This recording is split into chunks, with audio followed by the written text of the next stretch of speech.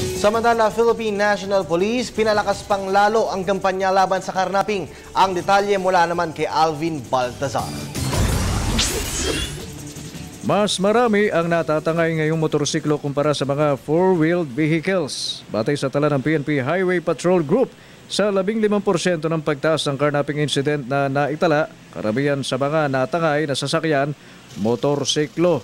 Bukod kasi sa madaling bitbitin, tumetiempo lang din ang mga kabataan sa mga motor na may naiiwang susi, dahilan para walang kahirap-hirap na maipuslit at maibenta ito sa murang halaga.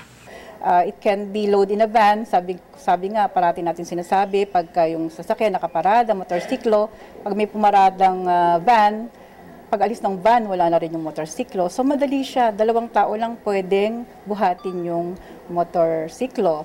Pwede rin siyang dalhin lang ng kahit sino, no? Meron silang ginagamit na gadget para umandar yung motorsiklo.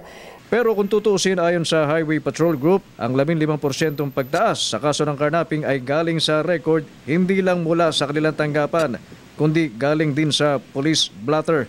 Paliwanag ni Velasquez, deklarado at maituturing na opisyal na carnap ang isang sasakyan kung sa Highway Patrol Group na iparecord ang isang nawawalang sasakyan, gayong sila ang nag-i-issue ng alarma.